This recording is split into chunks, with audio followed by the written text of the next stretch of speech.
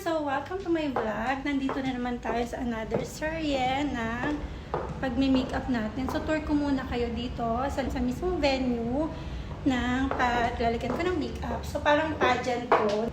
Sinisetup ko pa lang din yung mismong table ko. Meron ditong room na dito ako magsisetup ngayon. Dito ko napiling corner. So, samahan niyo ulit ako, guys. Thank you! So, ito may isa kong ginagamit na ring lights. Actually, simple lang to eh. Hindi mo katulad ng mga sobrang high-tech talaga. Ayan. Dati kasi may maganda ako, kaso napauwi ko ng Pilipinas. Kala kasi mag-for good na ako before. Ayan. Pwede mo siyang i-adjust dito. Ayan. Gano'n siya kasi na gusto mo. Hindi ko alam kung saan ko siya ilalagay ngayon, pero ginawa ko na siya. Ayan, siguro itigit na ako.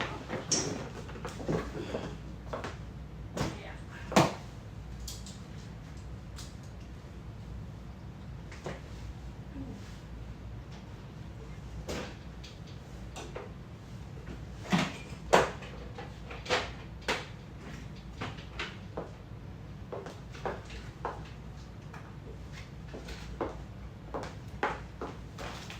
Lagyan muna natin ng light. So, nagdadala din ako ng ganito. Lagay ng mga sakit.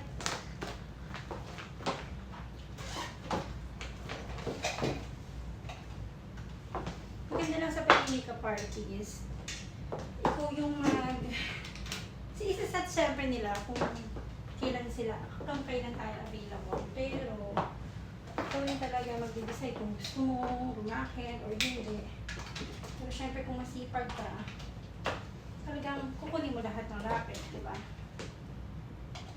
So ngayon, pageant to. Hindi ko alam kung Miss UAE o parang ganyan. Hindi ako masyado na-brief kung anong pageant siya. Basta nag-message ng friend ko na baka kung available daw ba ako. And syempre, kinab natin kasi wala naman tayong work. And then, meron din ako lagay ng full of lipstick. Yan.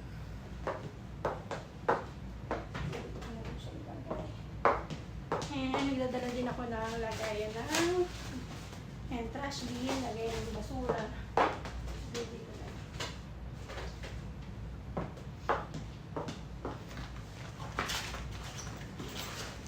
And dito naman lahat ng pang eyebrows ko. Nagawa ko kasi talaga, separate na siya para hindi ako nangangalag-ngalag ganyan. And alam ko din, tsaka kapag may mga ganito din ako extra, lahat ng mga ginamit ko for that event, nilalagay ko na siya dito or sineseparate ko na siya para kapag dating sa bahay, alam niyo naman hindi doon nag-end yung mismong buhay natin. Maglilinis din tayo mga brushes, mga ginamit natin. Yung lilinisin natin yun after ng event. Ito naman, more on skincare. So, sineseparate ko din siya.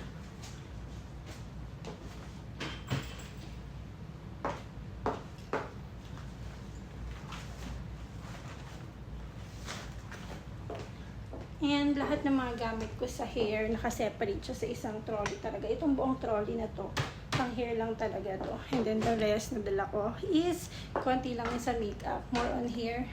Kaya mas madami talaga akong dala kapag nag-hair ako. So, ito yung mismong normal setup ko for this event. So, sa left side, dun ko talaga nilalagay yung mga una kong ginagamit, which is mga tissue, mga skincare, ganyan. And sama-sama rin yung brushes, isang side, and foundation, concealer, and then prep.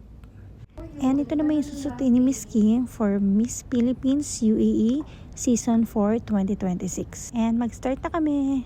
Hindi ko na video yung buong process, pero ito yung before and after ng makeup ko sa kanya.